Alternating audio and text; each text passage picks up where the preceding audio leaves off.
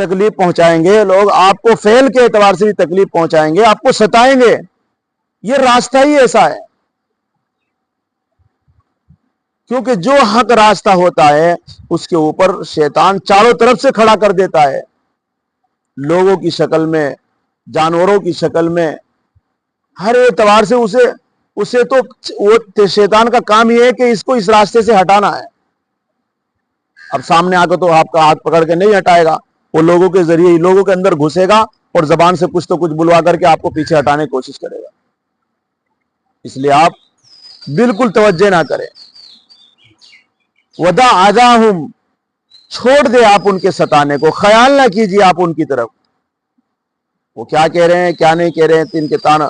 وَتَوَكَّلْ عَلَى اللَّهِ، اور آپ اللہ پر بھروسہ رکھیں. جب دین کا کام کرے تو کس کے اوپر بھروسہ کر کے؟ اللہ کے اوپر بھروسہ رکھ کے کرتے رہے. اللہ ہم سب کو یہ نیت عطا فرمائے. اور کیا سمجھے؟ وَكَفَى بِاللَّهِ، اللہ میرے لیے بس ہے، اللہ میرے لیے کافی ہے، اللہ میری مدد کے لیے کافی ہے.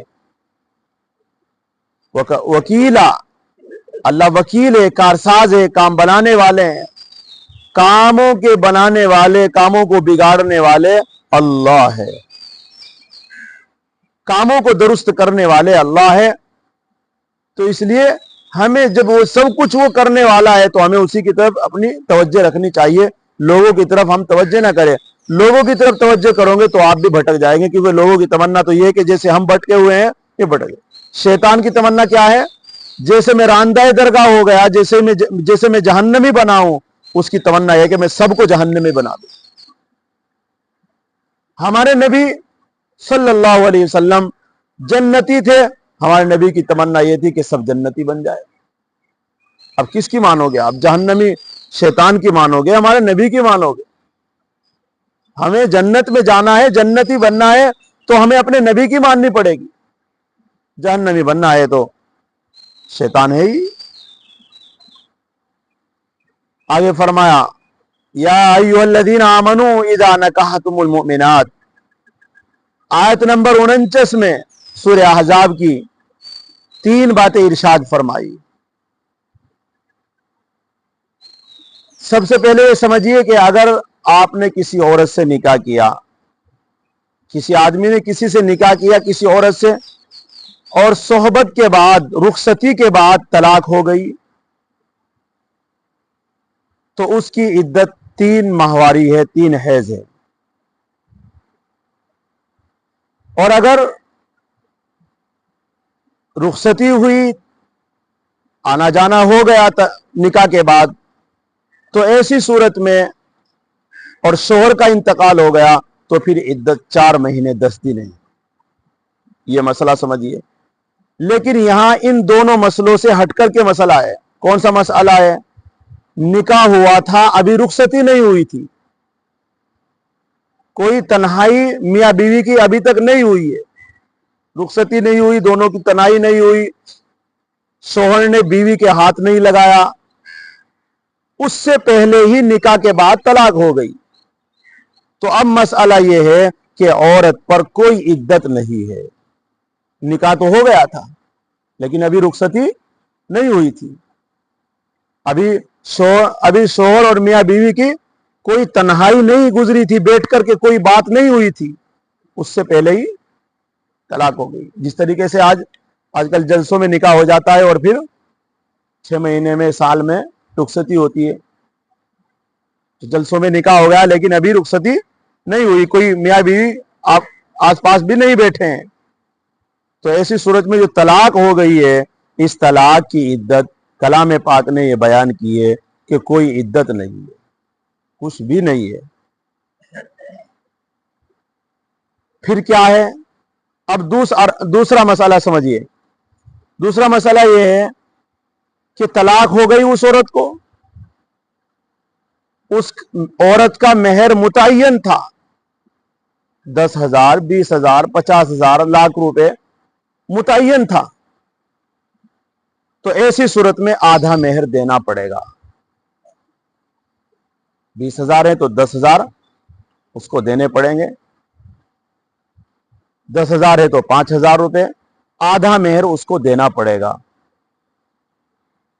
اور اگر مہر متعین نہیں تھا، مہر کا کوئی ذکر نہیں تھا، تو ایسی صورت میں پھر اسے ایک جوڑا دے دو. ایک جوڑا کپڑا جس میں ایک قمیص ہو، ایک پاجامہ ہو، ایک اوڑھنی ہو اور ایک لمبی سی چادر ہو جس کو برقع کہتے ہیں. ایک لمبی چادر ہو. یہ 4 کپڑے اس کو دے کر کے رخصت کر دو. اور رخصت کس انداز میں کرو؟ وَسَرِّحُوهُنَّ سَرَاحًا جَمِيلًا. تیسرا مسئلہ یہ ہے کلام پاک کی اس آیت میں کہ وَسَرِّحُوهُنَّ سَرَاحًا جَمِيلًا، کہ جب تم نے اسے آدھا مہر دے دیا، طلاق ہو گئی، عدت نہیں ہے، یعنی اس نکاح کے بعد جو طلاق ہوئی ہے عورت کو، وہ طلاق کے بعد فوراً اگلے دن نکاح کر سکتی ہے. لیکن رخصتی والی عورت 3 مہینے تک نکاح نہیں کرے گی جب تک اس کے 3 حیض نہیں گزر جائیں گے. 3 ماہواری جب تک اس کا نہیں ہو جائے گی جب تک وہ نکاح نہیں کر سکتی. یہ حکم ہے. لیکن یہ عورت جس کا قرآن کریم کی آج کی آیت میں ذکر ہے کہ جس کو ہاتھ نہیں لگایا، جس کو رخصتی نہیں ہوئی اور تنہائی نہیں گزری میاں بیوی کی، ایسی صورت میں طلاق ہو گئی تو اس کے اوپر نہ عدت ہے اور عدت کے بعد فوراً یہ نکاح کر سکتی ہے. مہر ہے آدھا دے، نہیں مہر متعین ہے تو اس کو کچھ جوڑا دے دو، کچھ نہ کچھ دے کر کے رخصت کرو. وَسَرِّحُوهُنَّ سَرَاحًا جَمِيلًا. اور کلام پاک کی اس آیت میں فرمایا کہ جب تم اسے رخصت کر رہے ہو تو اس کے اوپر بہتان لگانا نہیں. اب جب تم نے طلاق دے دی، اب اس کو برا بلا نہ کہو، گالی دے کر نہ اسے بھیجو، اس کی برائی بیان نہ کرو لوگوں کے سامنے، وہ ایسی ہے بہت خراب ہے اس لیے میں نے طلاق دے دی. کلام پاک منع کرتا ہے اس بات. آج کل کیا ہو رہا ہے کہ طلاق جو ہو رہی ہے وہ نفرت میں ہو رہی ہے اور غصے میں اور لڑائیوں میں ہو رہی ہے، اور اس لڑائی کے بعد پھر اس عورت کو ایسا بدنام کیا جا رہا ہے، ایسا بدنام کیا جا رہا ہے. الامان والحفیظ. کلام پاک اس بات کو منع کرتا ہے. وَسَرِّحُوهُنَّ، اس کو رخصت کرو اچھے طریقے سے، یعنی اس کو رخصت کرو میٹھے بول بول کر کے، اس کو رخصت کرو کچھ دے کر کے، ہدیہ دو اپنی طرف سے. میری طرف سے گفٹ ہے، تم جا رہی ہو لے ہو، کوئی بات نہیں ہے. میری طرف سے یہ ایک جوڑا کپڑا ہے، یا میری طرف سے اتنے پیسے ہیں تیرے لیے، یا میری طرف سے فلاں سامان ہے، تو بہت اچھی ہے، کوئی بات نہیں، لیکن میرا تیرا نبھاؤ منظور نہیں تھا اللہ کو، اس لیے کوئی بات نہیں. تو یہ 3 مسئلے ہیں. لیکن آج کل چلو 2 پر تو عمل ہو رہا ہے، لیکن تیسرے پر عمل نہیں ہو رہا ہے. بدنام کر کے عورت کو طلاق دی جا رہی ہے، بہتان لگا کر کے اس کے اوپر اسے گالیاں دے کر کے، زبان سے کڑوے کسیلے بول بول کر کے اس کو طلاق دی جا رہی ہے. تو ایسی ہے، تو ایسی ہے. جب طلاق دے دی تو اب کیا ضرورت ہے تجھے اس کو بدنام کرنے؟ صاف بات کیوں بھائی، اللہ کو منظور نہیں ہے ہمارا اس کا نباہ، میری جتنے دن منظور تھا وہ ہو گیا، یا نہیں تھا اللہ کو منظور، ایسے ہی تھا کہ نکاح کے بعد طلاق ہونی تھی، تو ہم کیا کر سکتے ہیں؟ یہ کیوں کہنا کسی کو کہ وہ ایسی ہے ایسی ہے. ایسا ایک واقعہ نبی کریم صلی اللہ علیہ وسلم کے ساتھ بھی پیش آیا.